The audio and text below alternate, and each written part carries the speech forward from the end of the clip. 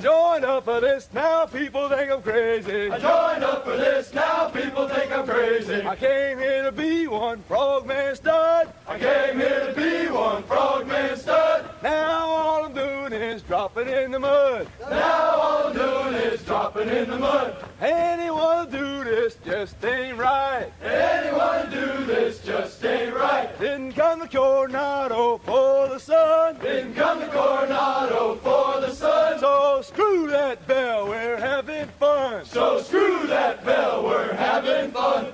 I shave my head, make me pretty for the ladies. Shave my head, make me pretty for the ladies. Hey, Babalooba, SEAL Team, baby. Hey, Babalooba, SEAL Team. Figured I'd catch everyone up here on Speed Bump. This is the old frame, 1987 YJ. It's just got a 2.5 lift on some 31s. Just got done pulling the body off. So, getting it ready here to go ahead and do some chassis saver on the firewall. Definitely got a lot of repair to do up underneath. Gotta repair all of the body mounts. Just use the engine hoist to lift her up. Worked very well. Of course, I had to put some extra weight on the back end, but very sturdy, very safe. This is the build. It's the 5.3 liter. It's going to be getting a head swap and a can swap after it gets on the road. These are the F250 79 3/4 ton axles, Dana 44 front, Dana 60 rear. I'm doing front and rear true tracks.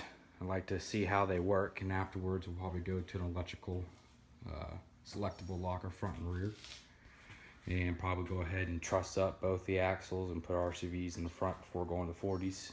Gonna stick with 37s for now.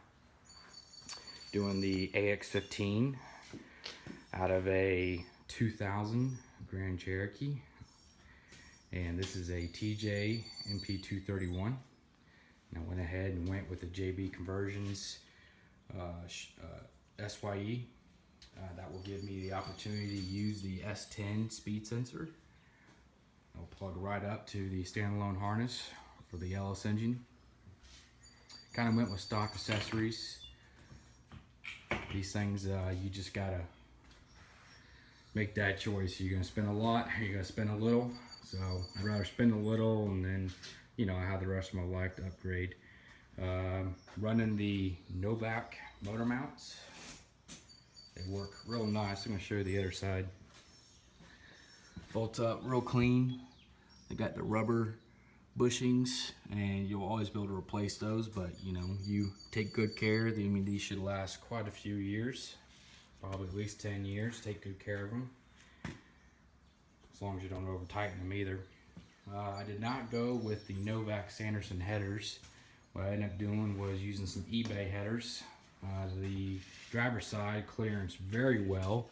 The passenger side, which is always just a little bit different on that tube there, in order to help clearance from the starter, I had to sand down, use the flapper disc and clearance.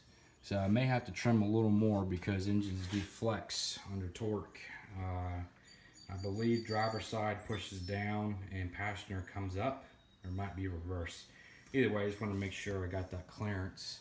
So this is the LS starter, but a little bit smaller than the full-size GM starters, and almost as small as the mini starters, but it works perfect. I'm running just the stock truck oil pan. I'm going to build a custom skid plate, which is going to attach to flat belly skid plate here. I managed to get everything flat, and this is the cross member here that was made up from Barnes 4-wheel drive. And I went ahead and used the stock YJ shock mounts and created a cross member, and that's going to be for the shocks. And that's just to help to get some of the geometry correct with the shocks. When your wheel comes up, everything's going inwards, and you want your shock to be able not be fighting that angle. You don't want the stock location, you know, you don't want it angled out and fighting in the opposite direction of geometry. So you want it to match. It'd be optimum if I could get the shocks in the rear, because in the rear leaf springs, you know, your wheel comes up and goes backwards as it compresses. So as you did that, you know, ideally you'd want your shock to be compressing to a rear cross member, but we don't have that option, so it's what we're stuck with. Maybe whenever I get to the point and I do a fuel cell and delete the stock tank, I will be looking at doing a rear cross member and, you know, changing up how the rear shocks connect. Probably at that point be going towards rear coils and four-linking it or something like that. This is where we're at now, 1-inch body lift. The standalone harness is on its way, about to bolt up the headers. And then this body here, as soon as I got the body, we swap it on. And just before I do the body to put it on, I gotta finish running these brake lines. I'm running these new thermoplastic 3000 PSI flexible brake lines. Now, I do not believe they're DOT approved. So if you're building a road rig, you might need to look into that. And I got the stainless steel brake lines from Morse.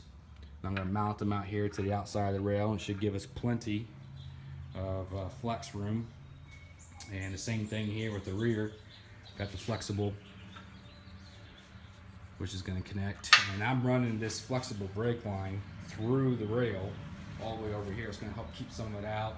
You know, less opportunity for a stick to come up and rip something. You know, that is one benefit of a hard line, is a little bit less chance for a stick to do that.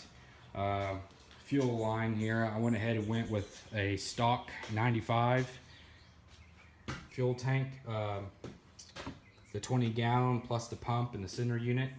And I'm running the wall, that's the Wallbro pump that's in there. I went ahead and swapped out the stock. It came with it, so I got a stock for backup in the trail.